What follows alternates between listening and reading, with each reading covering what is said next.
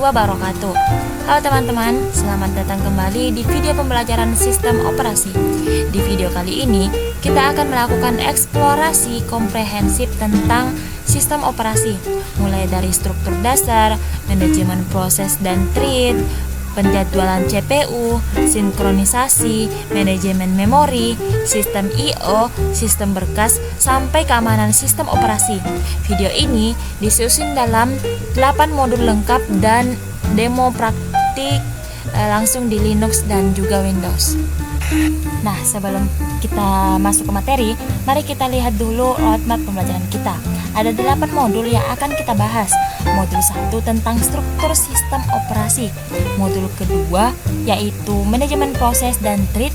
Modul ketiga penjadwalan CPU. Modul keempat sinkronisasi dan deadlock. Modul kelima manajemen memori. Modul keenam input output dan storage. Modul ke-7 sistem berkas. Kemudian yang terakhir modul ke-8 keamanan sistem operasi. Nah, setiap modul akan dilengkapi dengan contoh nyata dan demo-demo praktik supaya teman-teman bisa langsung mempraktikannya. Mari kita mulai dari modul 1. Sistem operasi itu sebenarnya tersusun dari beberapa lapisan seperti kue lapis. Paling bawah ada hardware, yaitu CPU, RAM, hard disk, dan perangkat fisik lainnya. Di atasnya ada kernel OS, yaitu inti sistem operasi yang mengatur manajemen proses, memori, file system, dan keamanan. Di atas kernel ada sistem call interface. Ini adalah pintu masuk resmi bagi aplikasi untuk meminta layanan ke kernel lewat fungsi seperti open, read, write, dan fork. Di atasnya ada lapisan aplikasi seperti browser dan text editor. Dan paling atas adalah user, yaitu kita sendiri yang berinteraksi lewat keyboard dan mouse. Perhatikan di sebelah kanan. Saya tunjukkan contoh nyata pakai perintah discharge di Linux untuk melihat bagaimana setiap baris kode kita ternyata memanggil sistem call ke kernel. Sekarang, mari kita bahas 4 pendekatan arsitektur dalam membangun sistem operasi. Pertama, monolitik.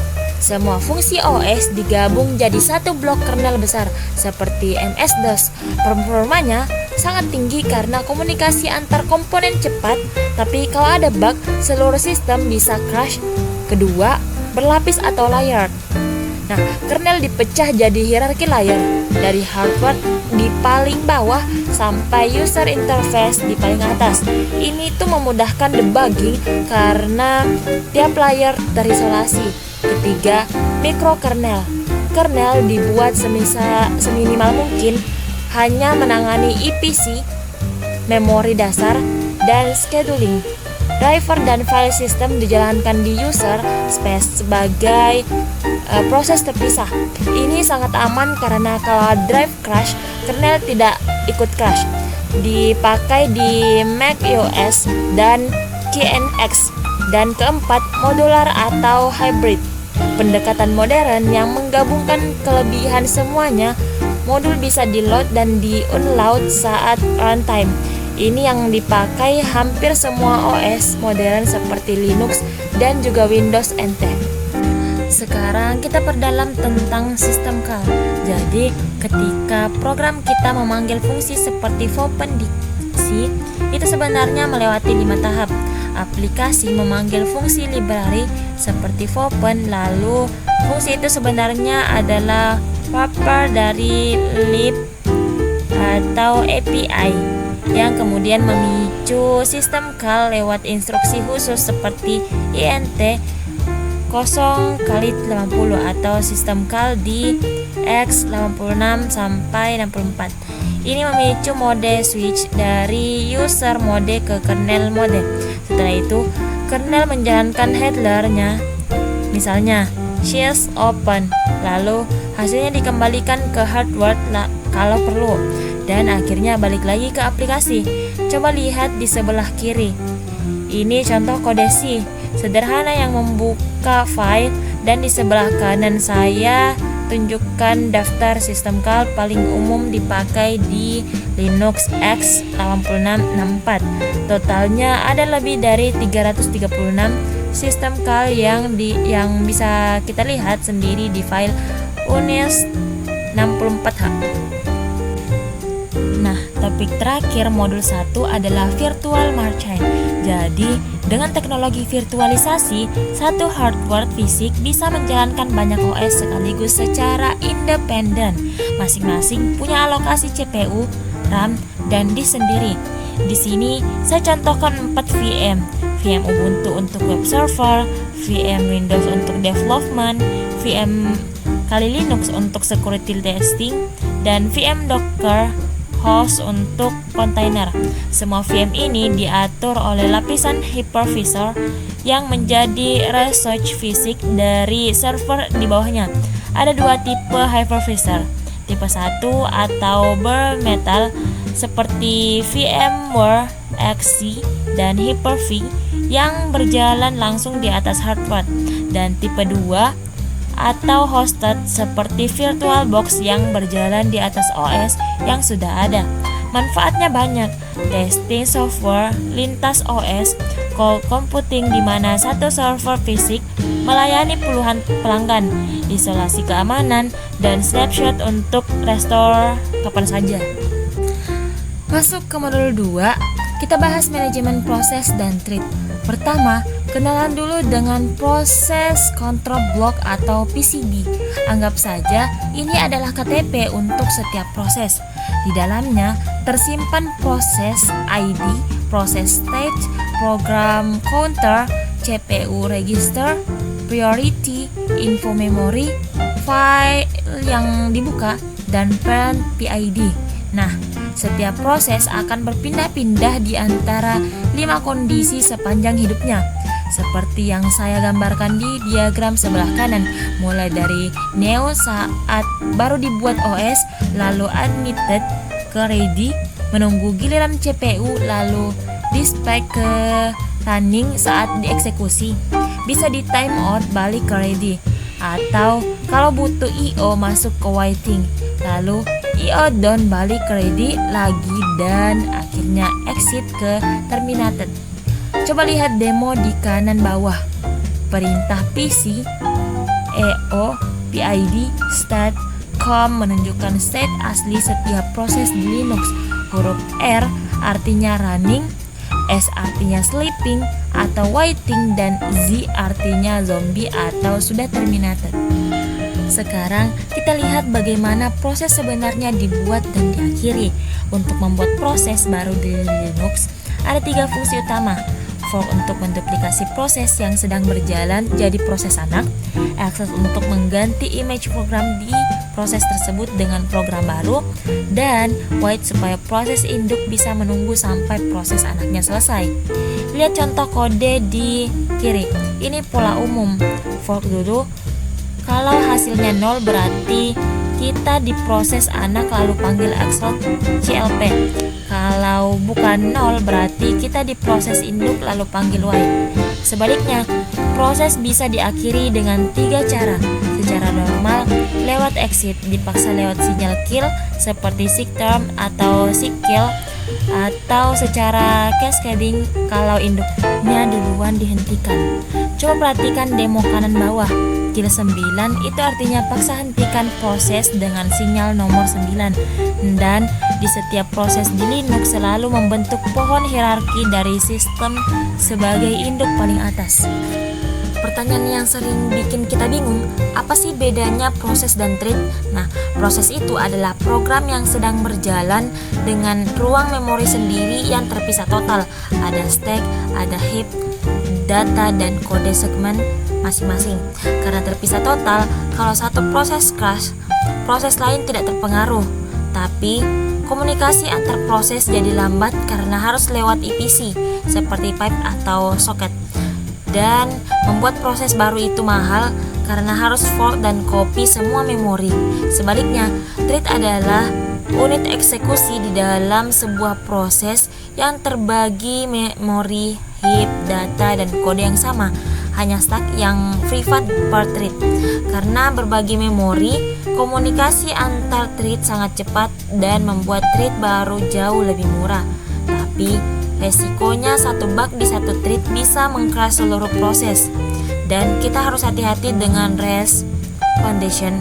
Contoh nyata, satu tab Chrome itu satu proses terpisah, tapi di dalam satu proses Chrome itu sendiri ada banyak trik untuk render, UI, download, dan JavaScript.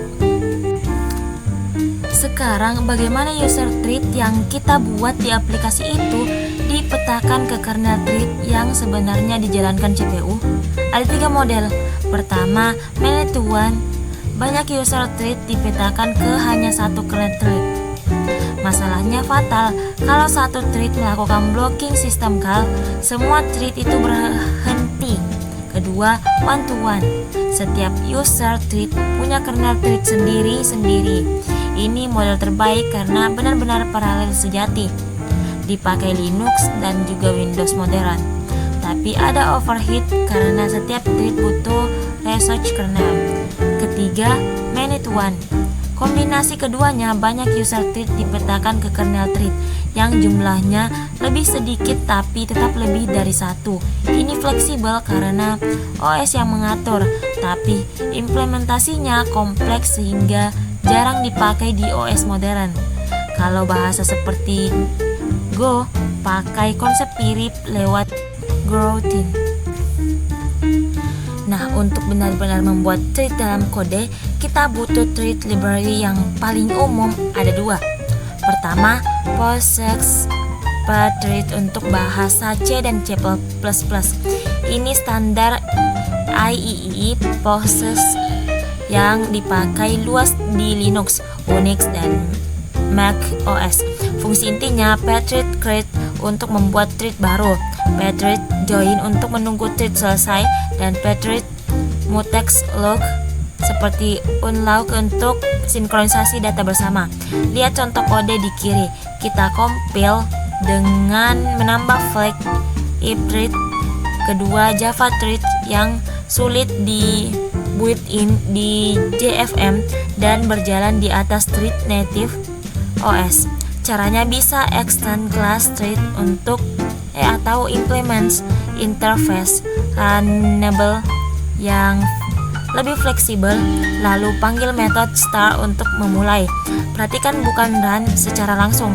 Java juga punya kata kunci synchronized untuk mutual exclusion dan executor service sebagai thread modern. Singkatnya, pthread itu level OS yang cepat dan kontrol penuh, sementara Java thread itu level bahasa pemrograman yang lebih portable dan mudah ditulis. Sekarang waktunya demo praktik langsung di Linux. Kita pakai perintah PC, EO, PID, NI, PRI, CMD untuk melihat PID, nice value, dan priority dari proses Firefox. Perhatikan, NI atau nice value awalnya 0 dan PRI atau priority-nya 19. Sekarang kita ubah prioritasnya dengan sudo renice n10p 2341. Ini menaikkan nice value dari 10. Setelah kita cek ulang, PRI naik jadi 29. Ingat, di Linux ini agar terbalik. Nice value yang lebih kecil artinya prioritas CPU yang lebih tinggi. Jadi setelah kita renice ke 10, prioritas CPU si proses Firefox itu malah turun. Nice value sendiri dari minus 20 sampai 19. Ini berguna kalau kita mau membatasi proses yang boros CPU supaya tidak mengganggu proses lain. Untuk teman-teman yang pakai Windows, caranya sedikit berbeda dari konsepnya sama. Buka Task Manager, klik tab Details, klik kanan pada proses yang ingin diubah, misalnya WarX ini, lalu pilih Set Priority. Akan muncul 6 pilihan kelas prioritas. Real Time dengan Best Priority 24 high di 13, above normal di 10, normal di 8 sebagai default, below normal di 6, dan low di 4. Hindari memilih real time untuk proses sembarangan karena bisa membuat sistem tidak responsif kalau sampai mengalahkan proses inti OS sendiri. Jadi, baik di Linux maupun Windows, intinya sama. PID untuk identifikasi unit proses dan priority untuk mengontrol seberapa sering proses itu mendapat jatah CPU dari scheduler. Masuk modul 3 tentang penjadwalan CPU. Sebelum membahas algoritma, kita perlu tahu nih, apa tolak ukur untuk menilai algoritma penjadwalan itu bagus atau tidak. Ada 5 kriteria. Pertama, CPU utilization, persentase CPU yang sibuk kita ingin setinggi mungkin. Kedua, throughput, jumlah proses yang selesai per satuan waktu, juga ingin dimaksimalkan. Ketiga, turnaround time, total waktu proses berapa di sistem dari submit sampai selesai. Ini ingin diminimalkan. Keempat, waiting time, total waktu proses menunggu di ready queue, juga ingin diminimalkan. Dan kelima, response time, waktu sampai respon pertama muncul. Penting untuk sistem interaktif. Ingat, tidak ada algoritma yang menang di semua kriteria sekaligus. Selalu ada trade-off. Selanjutnya, untuk sistem dengan banyak CPU atau core, ada konsep penjadwalan multiprosesor, asymmetric multiprocessing. Satu CPU master mengatur semua keputusan. Sederhana tapi jadi bottleneck. Symmetric multiprocessing atau SMP. Setiap CPU menjadwalkan dirinya sendiri. Ini yang dipakai hampir semua OS modern. Ada juga prosesor affinity, di mana proses cenderung dijadwalkan kembali ke core yang sama supaya charge masih hangat, dan load balancing untuk meratakan beban kerja antar core.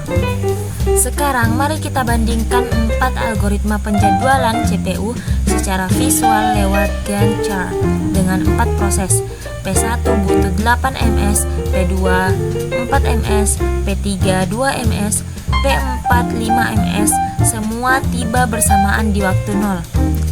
Pertama, PCFC atau first come first served. Proses dilayani sesuai urutan kedatangan. Sederhana, tapi lihat masalahnya. P3 yang cuma butuh 2 ms harus menunggu P1 yang 8 ms selesai dulu. Ini disebut convoy effort. Rata-rata waktu tunggu jadi tinggi, yaitu 8,5 ms. Kedua, SJF atau Solve First Job First. Proses terpendek dieksekusi duluan. Urutannya jadi P3, P2, P4, P1. Ini optimal. Rata-rata waktu tunggu paling kecil yaitu 4,75 ms. Ketiga, priority scheduling. Proses dengan prioritas tertinggi dieksekusi dulu. Hasilnya sama dengan SJF di contoh ini, tapi hati-hati. Priority scheduling bisa menyebabkan starvation kalau proses prioritas rendah terus kalah sama proses prioritas tinggi yang terus masuk. Keempat, on robin dengan time quantum 3 ms. Setiap proses dapat jatah 3 ms bergiliran. Rata-rata waktu tunggunya 8,25 ms, lebih tinggi dari SJF. Tapi ini paling fair dan tidak ada starvation. Makanya cocok untuk sistem operasi interaktif. Mari kita rangkum semua algoritma dalam satu tabel perbandingan, lengkap dengan apakah dia primitif atau tidak, rata-rata waktu tunggu, potensi starvation, dan biasanya dipakai di mana. Sekarang saatnya kuis interaktif pertama. Soalnya ada 4 proses tiba di waktu 0, P1 butuh 10 ms, P2 6 ms, P3 2 ms, P4 4 ms. Gunakan SJF non-preemptif. Berapa rata-rata waktu tunggunya? Coba pikirkan dulu sebelum lanjut ke slide berikutnya.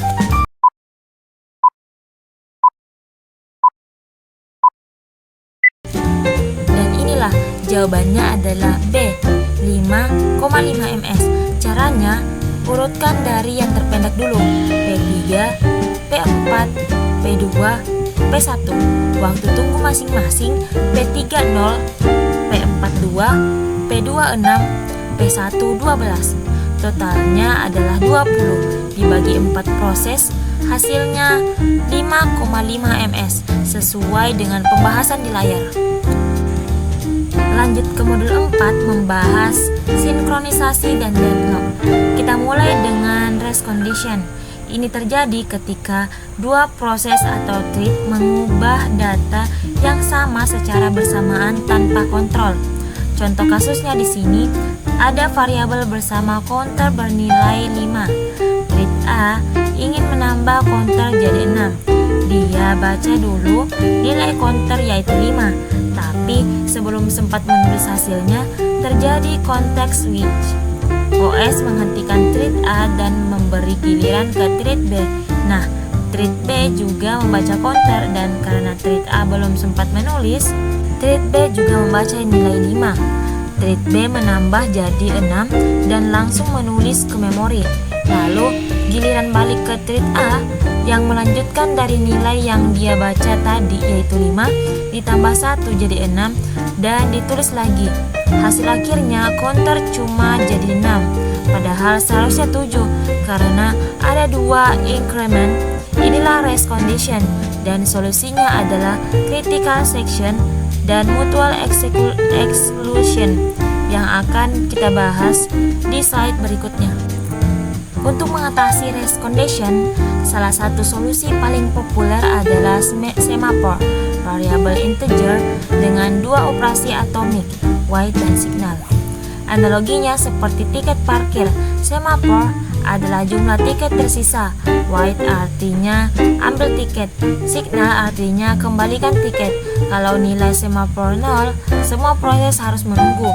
Ada dua jenis, binary semaphore atau mutex, nilainya cuma 0 atau 1, dipakai untuk melindungi critical section. Lihat contoh kode kiri. Kita wrap critical section dengan white dan signal di sekeliling mutex. Counting semaphore, nilai dari 0 sampai n dipakai untuk research yang punya banyak instance. Contohnya di kanan ada 3 printer. Jadi semaphore-nya di set ketiga. Kalau ada proses keempat yang minta print padahal ketiga printer sedang dipakai, proses ini akan diblok sampai ada yang selesai. Di bagian bawah saya juga ada kasih contoh kode untuk masalah klasik producer consumer, di mana producer menulis ke buffer dan consumer membaca dari buffer, disinkronkan pakai semaphore empty dan full. Selain semaphore, ada juga solusi software seperti algoritma Patterson untuk dua proses dan solusi hardware seperti instruksi test and set yang atomik. Sekarang kita bahas deadlock. Nah, situasi di mana beberapa proses saling menunggu sumber daya yang dipegang satu sama lain, sehingga tidak ada yang bisa lanjut selamanya. Coba lihat diagram research allocation graph ini. P1 memegang R1 tapi menunggu R2, P2 memegang R2 tapi menunggu S1. Sudah ada circular white di antara mereka. Begitu juga di bagian bawah, P3 dan P4 saling menunggu P3, R3 dan R4 supaya deadlock bisa terjadi. Harus terpenuhi 4 kondisi sekaligus, dikenal sebagai 4 kondisi Kaufman. Pertama, mutual exclusion. Research hanya bisa dipakai satu proses dalam satu waktu. Kedua, hold and wait. Proses memegang satu research sambil menunggu research lain. Ketiga, no preemption. research tidak bisa dipaksa diambil dari proses lain. Dan keempat, circular wide. Ada rantai tunggu yang melingkar seperti yang kita lihat di diagram tadi. Kalau salah satu dari 4 syarat ini tidak terpenuhi, deadlock tidak akan terjadi. Ini jadi dasar untuk strategi pencegahan yang akan kita bahas di slide berikutnya. Mari kita lengkapi pembahasan sinkronisasi dan deadlock. Pertama, solusi hardware test and set. Instruksi atomik CPU yang membaca dan mengubah nilai dalam satu operasi yang tidak bisa diinstruksi. Lihat kode di kiri atas. Fungsi ini lebih cepat dari algoritma Peterson karena didukung langsung instruksi CPU seperti log CMP XCHG di X86. Kedua, masalah klasik reader-writers. Boleh banyak reader membaca data bersamaan selama tidak ada writer yang menulis. Tetapi, writer butuh akses inklusif. Tidak boleh ada reader maupun writer lain aktif. Contoh nyatanya, seperti update baris database sambil banyak user lain melakukan query select. Dan terakhir, 4 strategi menangani deadlock.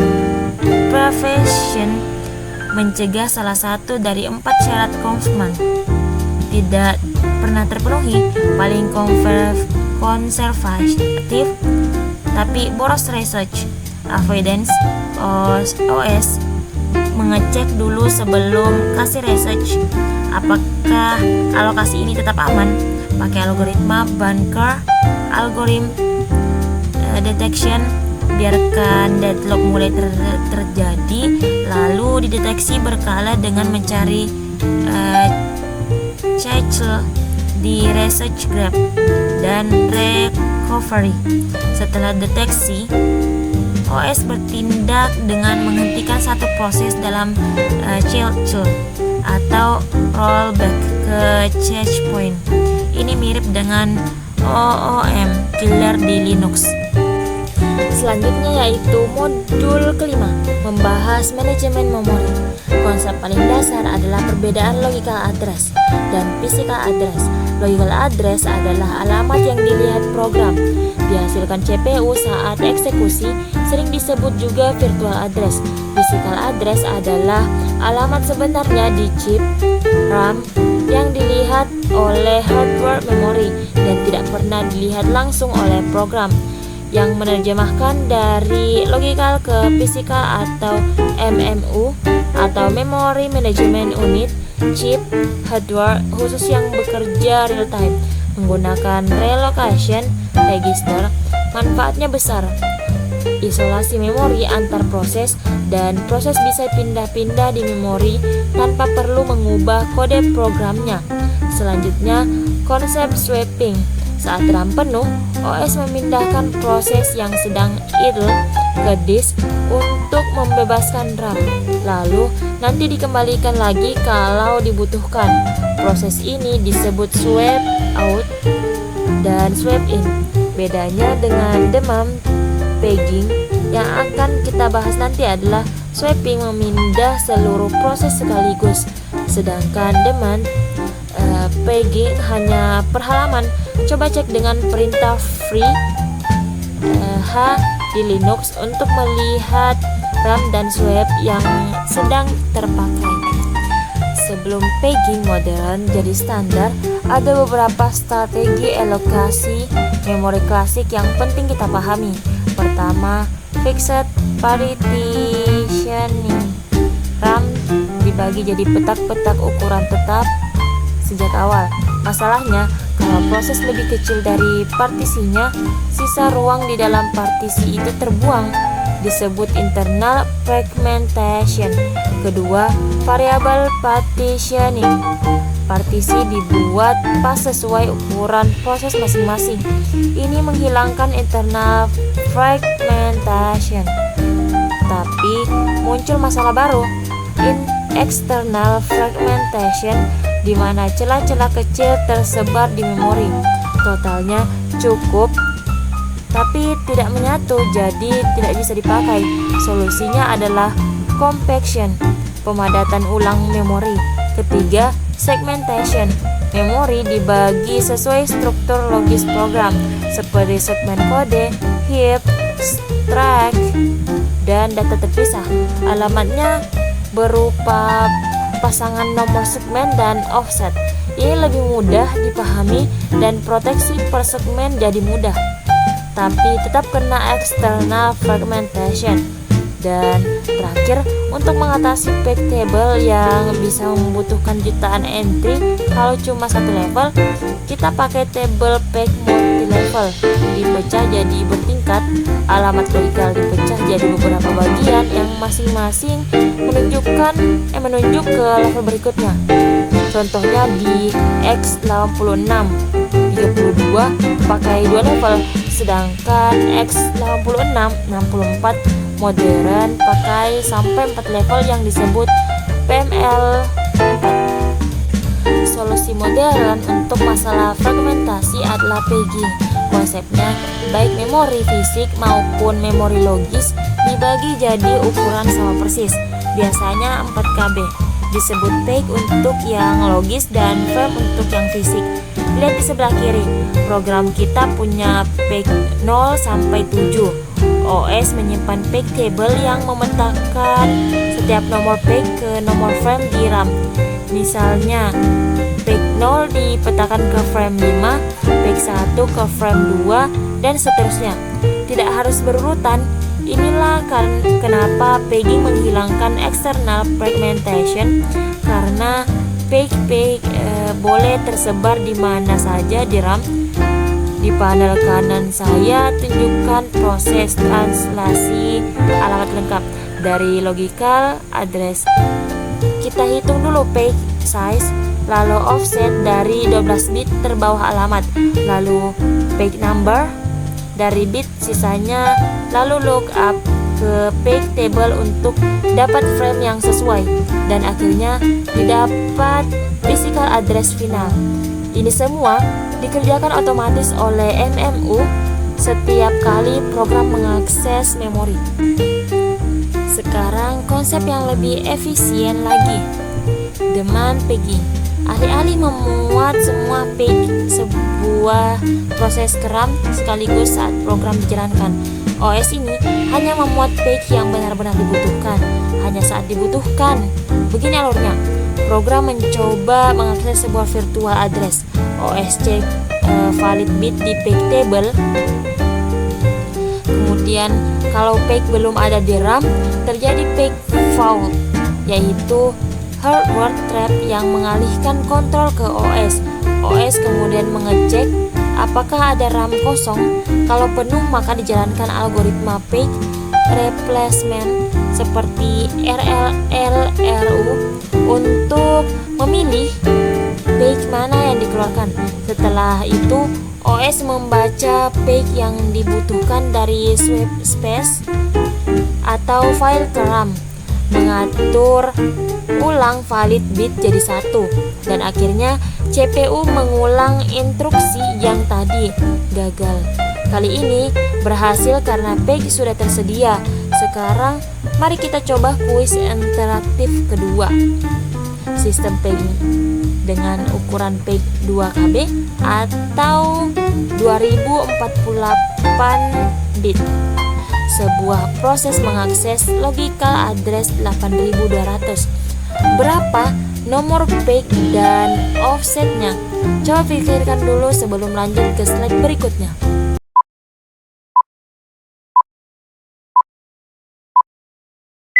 Nah, ini dia. Jawabannya adalah B, page 4, offset 8. Caranya, page dihitung dari floor 8200 dibagi 2048 sama dengan 4, dan offset dari 8200 modul 2048 sama dengan 8, sesuai pembahasan lengkap yang tampil di layar. Sekarang demo praktik untuk melihat page fault secara langsung di Linux. Kita pakai perintah perstat dengan opsi E, page fault, minor fault, major fault. lalu jalankan program yang mengalokasikan banyak memori. Hasilnya, kita bisa lihat jumlah total peak fault, minor fault, dan major fault. Bedanya, minor fault ini terjadi kalau halaman sebenarnya masih ada di RAM tapi juga perlu update di tabel halaman. Ini relate cepat. Major fault terjadi kalau halaman harus diambil dari disk atau swap. Ini jauh lebih lambat. Kalau major faultnya tinggi terus-menerus, itu indikasi tracing tanpa RAM kurang. Untuk Windows, cara pakai performance monitor, tambahkan counter memory fake fault per sec, dan kita bisa lihat grafiknya secara real time seperti contoh di kanan. Selanjutnya yaitu modul 6, membahas input, output, dan storage. Dimulai dari disk scheduling. Disk punya head yang harus bergerak fisik ke berbagai track untuk membaca data, dan pergerakan ini yang disebut cycle time. Semakin sedikit total pergerakan, semakin cepat performanya. Dengan hit awal di track 50 dan antrian request di 98, 183, 37, 122, 14, 124, 65, 67. Mari kita bandingkan 5 algoritma. VCFS melayani sesuai urutan kedatangan. Total pergerakan 640. Paling boros karena hit bolak-balik tidak karuan. SSTV atau shortest seek time first. Selalu pilih jarak terdekat dari posisi sekarang. Total cuma 236. Paling cepat tapi beresiko starvation. Untuk request yang jauh, scan seperti elevator, bergerak satu arah penuh sampai ujung disk baru berbalik. Totalnya 360. Loh, mirip scan tapi berbalik begitu sampai request terakhir. Tidak perlu sampai ujung fisik disk. Totalnya 299. Sedikit lebih efisien dari scan. Dan just scan atau circular scan, bergerak satu arah sampai ujung langsung lompat balik ke awal tanpa melayani saat kembali. Totalnya 382. Tapi keuntungannya, waktu tunggu jadi lebih merata dan file untuk semua track. Sekarang kita bandingkan dua metode transfer data I/O. Di I/O atau program I/O, CPU terlibat langsung di setiap bit transfer. Alurnya, CPU kirim perintah baca ke device, CPU polling terus-menerus mengecek apakah device sudah siap.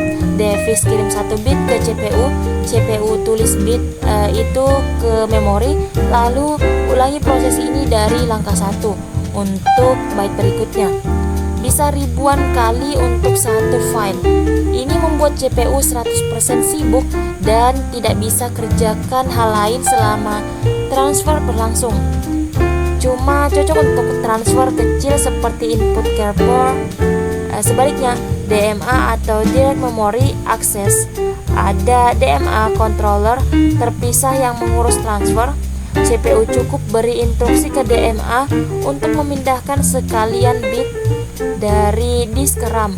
Lalu CPU bebas melanjutkan pekerjaan lain. DMA controller yang mengerjakan transfer data langsung dari disk ke RAM. Dan setelah selesai, DMA mengirim instruksi ke CPU bahwa transfer sudah selesai. Inilah kenapa DMA jauh lebih efisien untuk transfer data besar seperti file atau video, karena CPU bisa multitasking saat transfer berlangsung. Selanjutnya, 4 teknik penting OS dalam mengelola operasi I/O. Pertama, buffering area memori sementara untuk menampung data selama transfer. Tujuannya menyamakan kecepatan device yang lambat dengan CPU yang tepat. Contohnya saat streaming video, buffer menyimpan beberapa detik konten ke dalam supaya pemutaran lancar walau koneksi internet sedikit naik turun. Kedua, caching. Berbeda dengan buffer, cache menyimpan salinan data yang sering diakses di media yang lebih cepat. Kalau data ditemukan di cache, disebut cache hit. Kalau tidak ada dan harus ambil dari disk, disebut cache miss. Coba cek dengan perintah freeh. Ada kolom buff per cache yang menunjukkan beberapa banyak RAM yang dipakai untuk ini. Ketiga, spooling antrian job untuk device yang hanya bisa memproses satu persatu. Contoh klasiknya print spooler, di mana job ditulis ke disk dulu, lalu device mengambil dan memprosesnya satu-satu secara FIFO. Jadi user tidak perlu menunggu printer selesai. Dan keempat, device driver software penerjemah perintah OS genetik ke bahasa hardware yang spesifik. Tanpa driver yang tepat, OS tidak tahu cara berkomunikasi dengan hardware tersebut. Di Linux, driver berupa modul berekstensi .ko yang di-load ke kernel. Bisa kita lihat daftarnya dengan perintah ismod. Modul ketujuh yaitu membahas sistem berkas atau file system. Di Linux, semua file diorganisir dalam satu pohon hierarki tunggal yang berakar di slash. Disebut root. Dari root ini bercabang directory di directory penting. Bin untuk binary executable, X untuk file konfigurasi, home untuk directory, user fork untuk virtual file system, yours untuk program user, file untuk data yang berubah-ubah, temp untuk file sementara, dan dev untuk file device. Di dalam home, setiap user punya directory sendiri seperti home _3 yang bisa berisi subdirectory dokumen, download, dan desktop, sampai ke file individual seperti si.txt. Nah, setiap file punya atribut yang disimpan di struktur bernama inode. Coba lihat panel kanan dan ada inode number sebagai identitas unit di file system, nama file, tipe, ukuran, permission, owner, hard links, dan kapan terakhir dimodifikasi. Perintah stat di Linux bisa menampilkan semua atribut ini. Bagaimana sebenarnya OS menyimpan file yang ukurannya tersebar di blok-blok disk?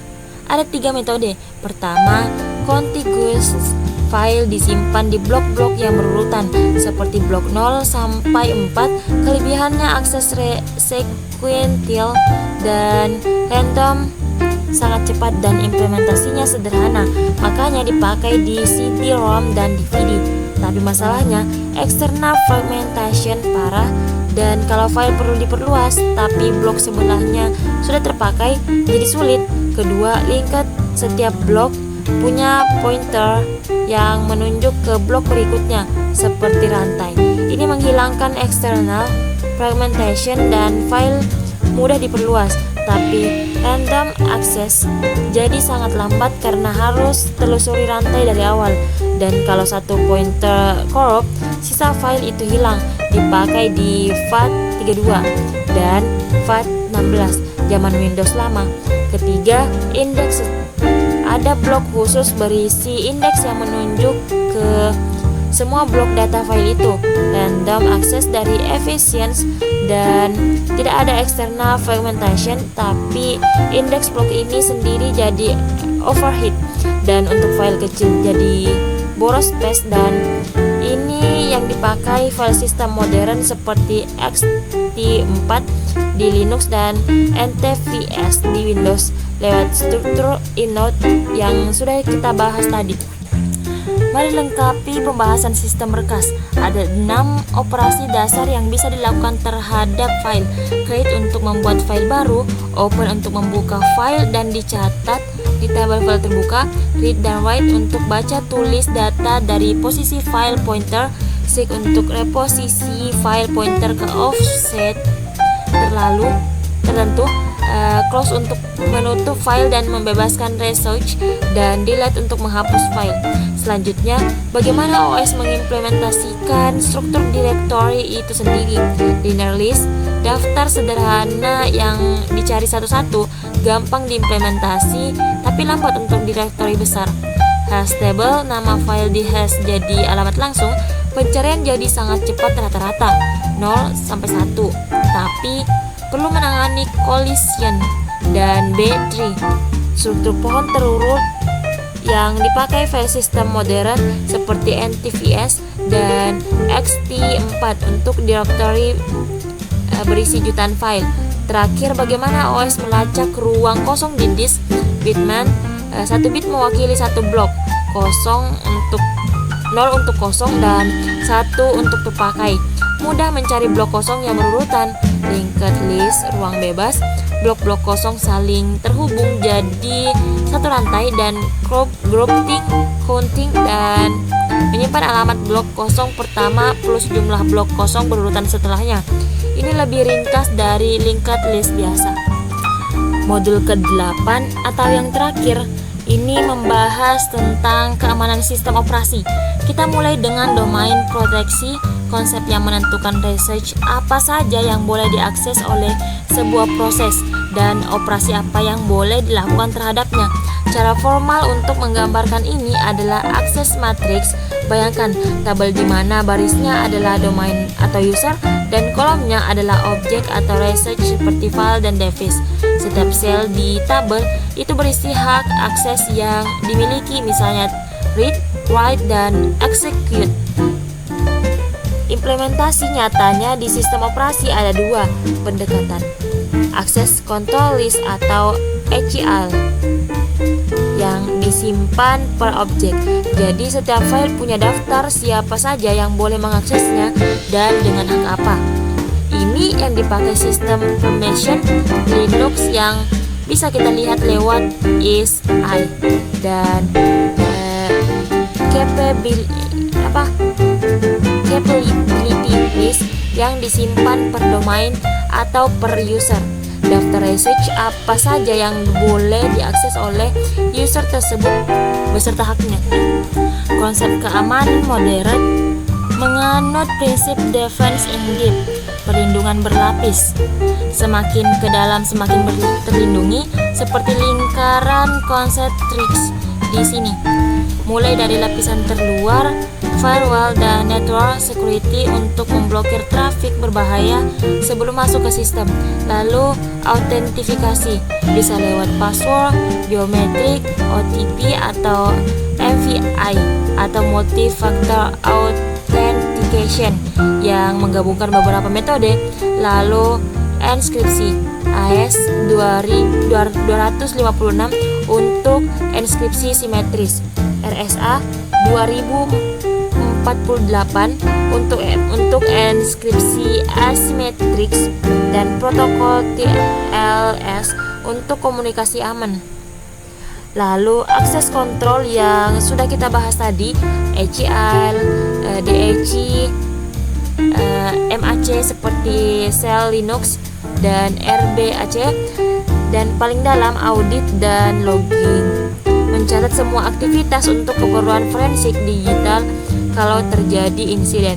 Penting juga kita kenali 3 jenis program ancaman utama: virus, kode yang menempel ke program lain, dan aktif saat host dijalankan. Lalu mereplikasi diri. Mereplikasi diri secara mandiri lewat jaringan tanpa butuh program host. Contoh terkenal WannaCry tahun 2017 menginfeksi 150 negara dalam hitungan jam, dan Trojan, program yang tampak berguna tapi sebenarnya berisi kode berbahaya dan tersembunyi di dalamnya.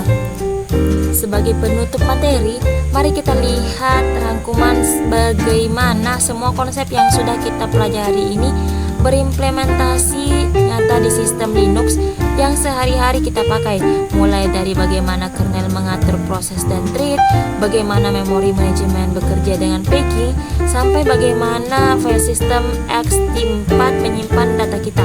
Semua teori yang kita bahas sepanjang video ini bukan sekedar konsep abstrak, tapi benar-benar berjalan di balik layar setiap kali kita menyimpan dan kita menyalakan komputer. Ini adalah minimap untuk merangkum keseluruhan 8 modul yang sudah kita pelajari bersama, dari struktur OS, manajemen proses dan thread, penjadwalan CPU, sinkronisasi, manajemen memori, I/O dan storage, sistem berkas sampai keamanan sistem operasi. Semua modul ini saling berkaitan membentuk satu kesatuan utuh yang disebut sistem operasi. Sekian video pembelajaran sistem operasi kali ini. Semoga apa yang sudah kita bahas bisa bermanfaat untuk teman-teman semua. Kalau ada pertanyaan, jangan ragu tulis di kolom komentar. Insya Allah saya akan jawab semampu saya.